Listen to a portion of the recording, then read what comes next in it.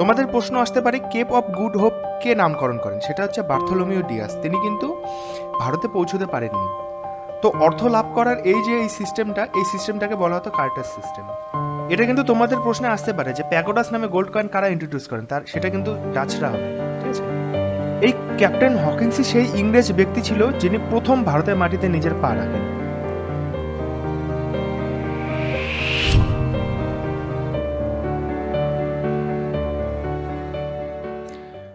নমস্কার বন্ধুরা, আশা করি তোমরা সবাই ভালো আছো। আজকে আমরা মডার্ন ইন্ডিয়ান হিস্ট্রি বাই সোনালি বানসাল এই বইটার ইউনিট 1-এর তৃতীয় চ্যাপ্টারে চলে এসেছি, যে চ্যাপ্টারটার তোমাদের টাইটেল হলো রাইস অফ ব্রিটিশ সুপ্রিমেসি এ ব্যাকগ্রাউন্ডার। এর আগে প্রথম চ্যাপ্টারে আমরা দেখেছি ডেক্যালেন অফ মুঘল এম্পায়ার, মানে মুঘল এম্পায়ারের কিভাবে পতন হলো। তারপরে আমরা দেখেছি রাইস অফ অটোনোমাস স্টেট, মানে আঞ্চলিক শক্তিগুলির উত্থান কিভাবে হলো। এই চ্যাপ্টারে আমরা দেখব যে এর মাঝখান দিয়ে ইউরোপীয় শক্তিদের আগমন কি করে হলো। সেই সময়ে ভারতবর্ষে শুধু ব্রিটিশরাই না, পর্তুগিজরা, ফ্রেঞ্চরা, ডাচরা, ড্যানিশরা, তারপরে ব্রিটিশরা, এই 5টা শক্তি এসেছিল। আর তারা মেইনলি এসেছিল কিন্তু বাণিজ্য করার জন্য। এই জায়গাটা তোমাদের ডিপলি বোঝার জন্য তোমাদের কিছু গল্প তোমাদের বলি। দেখো, পরবর্তীকালে তোমরা যদি ইকোনমিক্স পড়তে যাও, সেখানে একটা তোমাদের টার্ম আছে ক্যাপিটালিজম। ক্যাপিটালিজম কথার অর্থ পুঁজিবাদ। ক্যাপিটালিজম হলো এমন একটা সিস্টেম যার টার্গেটই হলো মুনাফা কামানো। এক কথায় বলতে গেলে তোমরা ভাবতে পারো এমন একটা সমাজ ব্যবস্থা যেখানে যে বেশি ধনী হবে, যে বেশি মুনাফা ইনকাম করতে পারবে, সেখানকার সেই রাজা হবে। তো সেই সময় ক্যাপিটালিজমের একটা ধারণা ইউরোপের মধ্যে উঠে আসতে থাকে।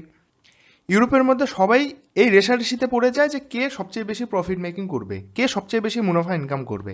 এখন মুনাফা ইনকাম কিভাবে করবে? তারা ব্যবসা বাণিজ্য করবে, কোনো জিনিস কাঁচামাল নিয়ে আসবে, সেটার থেকে কোনো জিনিস প্রডিউস করবে, সেটাকে বিক্রি করবে। এখন বিক্রি করার জন্য আর এই যে কাঁচামালটা আনার জন্য এদের লাগবে একটা মার্কেট বা বাজার।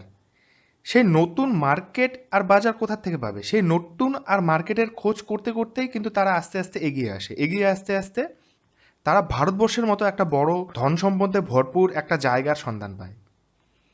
এটা তারা কিভাবে পায়? এটা প্রথমের দিকে তারা পায় আরব যে বণিকরা ছিল তাদের মাধ্যমে। এখন আরবীয় বণিকরা কি করতো?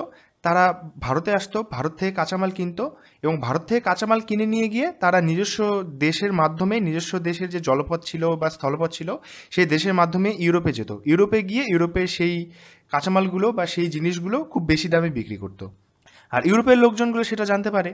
এখন তাদের মাথায় আসে আমরা যদি সরাসরি ভারতে যাই এবং ভারত থেকে সেই কাঁচামালগুলো কিনে নিয়ে এসে আমাদের এখানে মার্কেটে বিক্রি করি, বা আমাদের এখানে নিয়ে এসে সেটার থেকে আমরা নতুন কোনো ভালো আর তার চেয়ে বেশি ভ্যালুয়েবল জিনিস কিনে, মানে বানিয়ে সেটাকে নিয়ে গিয়ে যদি ইন্ডিয়াতে বিক্রি করি, তাহলে আমাদের প্রচুর মুনাফা হবে, তাহলে আমাদের প্রচুর টাকা পয়সা উপার্জন হবে।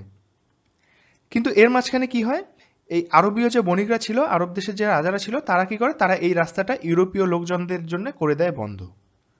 তো এরপর থেকে ইউরোপীয়দের মাথায় ভারতে আসার জন্য নতুন একটা রাস্তা খোঁজার একটা দৌড় শুরু হয়। তো চলে আসি আমাদের গল্পে। এদের মধ্যে সেই সময় সব থেকে এগিয়ে থাকে পর্তুগিজরা। পর্তুগিজদের মধ্যে প্রিন্স হেনরি দ্য নেভিগেটর নামে একজন লোক ছিল, যে সেই সময় নাবিকদের জন্য বিভিন্ন পথ বানাতো, বিভিন্ন নকশা বা বিভিন্ন ম্যাপ বানাতো। কারণ তার আশেপাশে সমস্ত জায়গা বা বিভিন্ন সমুদ্র পথ সেই সম্বন্ধে তার ভরপুর জ্ঞান ছিল। সে প্রথম ভারতে আসার একটা পসিবল রুট তৈরি করে তার ম্যাপের মধ্যে। এরপর প্রিন্স হেনরি দ্য নেভিগেটরের সেই সম্ভাব্য পথ ধরে বার্থোলোমিও ডিয়াস নামে একজন ব্যক্তি, তিনি ভারতের দিকে অগ্রসর হন। অগ্রসর হতে হতে 1487 সালে আফ্রিকার শেষ প্রান্তে এসে পৌঁছন, এবং সেই সময় সেখানে প্রচণ্ড ঝড় চলছিল। তার জন্য তিনি আর এগোতে পারেন না। কিন্তু এই ঝড় থাকাকালীনও তিনি মনে করতেন নিশ্চয়ই এই ঝড়ের পরে আমাদের জন্য খুব ভালো একটা দিন অপেক্ষা করছে। নিশ্চয়ই এই ঝড়ের পরে আমরা সেই ভারত যে দেশটা আছে সেই ভারত অবধি পৌঁছাতে পারবো। তার জন্য তিনি আফ্রিকার এই শেষ প্রান্তটিকে কেপ অফ গুড হোপ নামকরণ করেন। তোমাদের প্রশ্ন আসতে পারে কেপ অফ গুড হোপ কে নামকরণ করেন, সেটা হচ্ছে বার্থোলোমিও ডিয়াস। তিনি কিন্তু ভারতে পৌঁছতে পারেননি, কিন্তু ভারতে পৌঁছানোর অর্ধেক রাস্তা তিনি দেখিয়ে দিয়ে গিয়েছেন। তারপরে 1498 সালে ভাস্কো দা গামা নামে একজন ব্যক্তি আব্দুল মাজিদ নামে একজন গুজরাটি লোকের সহায়তায় এই রাস্তা ধরেই শেষ অবধি তিনি ভারতে এসে পৌঁছন। আর ভারতের কালিকট নামে একটা বন্দর ছিল, সেই বন্দরে গিয়ে উপস্থিত হন। এরপর ভাস্কো দা গামা যখন দেশে ফিরে যায় না, তখন জাহাজ ভর্তি করে জিনিসপত্র তার দেশে ফেরত নিয়ে যায়। আর তার এই জলযাত্রায় যে খরচা হয়েছিল, তার থেকে আনুমানিক 60 গুণ বেশি দামে কিন্তু সেই জিনিসপত্রগুলো সে বিক্রি করে। ভাস্কো দা গামার পরে 1500 সালে পেড্রো আলভারেজ কাব্রাল নামে এক ব্যক্তি ভারতে আসেন। তিনি দ্বিতীয় পর্তুগিজ ছিলেন যিনি ভারতে নিজের পা রেখেছিলেন। এই সময় পর্তুগিজরা নৌবাহিনীতে খুব পারদর্শী ছিল। তাদের সাথে একসময় আরবদের কিছু বিবাদ বাধে, কিন্তু পর্তুগিজরাও সেই সময় নৌসেনাবাহিনীতে এত পারদর্শী ছিল যে আরবরাও কিন্তু পর্তুগিজদের সাথে পেরে ওঠে না। এর মাঝখানে 1503 সালে পর্তুগিজরা কোচিনে তাদের প্রথম ফ্যাক্টরি নির্মাণ করেন। দ্বিতীয় ফ্যাক্টরি 1505 সালে ক্যান্নডে নির্মাণ করেন। এভাবে পর্তুগিজরা তাদের ব্যবসা বাণিজ্যের জন্য ভারতে একটা নির্দিষ্ট বেস সেট আপ করেন। এখন সেই বেসটাকে চালানোর জন্য তো একজন হেড লাগবে, যার কথা মতো সেই বেসটা চলবে, নালে একজন এইদিকে এক কাজ করবে আর একজন এইদিকে উল্টা কাজ করবে, তো দুজনের মধ্যে বিবাদ বেঁধে যাবে। তো সেটাকেই দেখাশোনা করার জন্য একজন লোক লাগবে।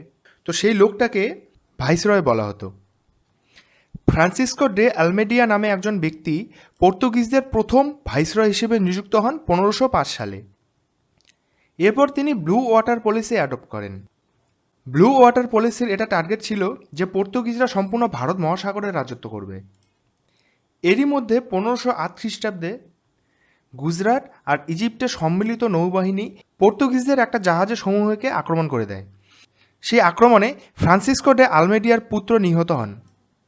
যদিও আলমেডিয়া ব্যাটেল অফ ডিউটে এদের সম্মিলিত নৌবাহিনীকে হারিয়ে দেয়, আর তখনকার দিনে সম্পূর্ণ ভারত মহাসাগরে নিজের রাজত্ব প্রতিষ্ঠা করেন। এরপরে পর্তুগিজদের ভাইসরয় হিসেবে নিযুক্ত হন অ্যালফোনসো দে অ্যালবুকোয়ার্কি। তাকে real founder of Portuguese in India বলা হয়, কারণ তিনিই প্রথম সমুদ্র থেকে উঠে এসে ভারতের মাটিতে নিজের ভিত কিছুটা শক্ত করেন।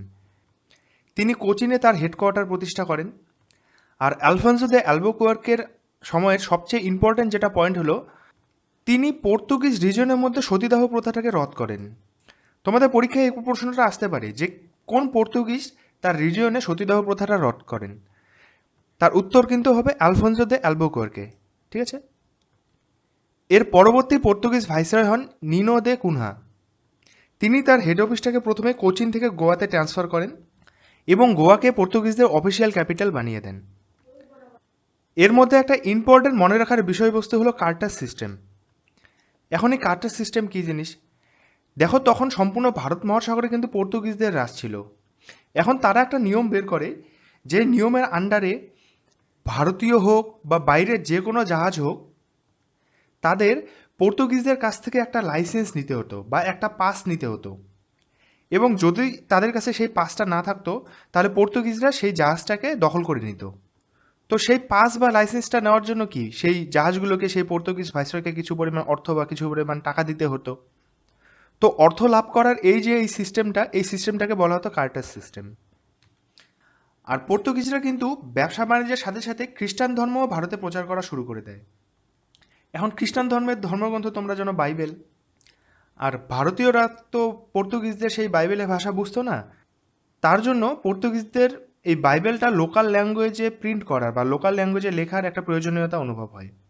তার জন্য কিন্তু পর্তুগিজরা ভারতে প্রথম প্রিন্টিং প্রেস নিয়ে আসে। আর এই প্রিন্টিং প্রেসের মাধ্যমে বাইবেলকে কানাডা আর মালায়ালাম ভাষায় প্রিন্ট করা হয়। এখন এই খ্রিস্টান ধর্মটাকে প্রচার করার জন্য পর্তুগাল থেকে কিছু ক্রিশ্চিয়ান মিশনারিস আসে ভারতে। তার মধ্যে সেন্ট ফ্রান্সিস জাভিয়ার কিন্তু খুব ইম্পর্ট্যান্ট। তোমরা যদি ডিপলি কিছু পড়তে যাও তাহলে সেন্ট ফ্রান্সিস জাভিয়ার সম্বন্ধে একটু জেনে নিও। ইউপিএসসি থেকে কিন্তু এনার নামে কিছু প্রশ্ন এসেছে, তো সেই বিষয়ে যাচ্ছি না, ভিডিওটা অনেক লম্বা হয়ে যাবে। পর্তুগিজদের পরে কারা ভারতে আসে, তারা হলো ডাচ।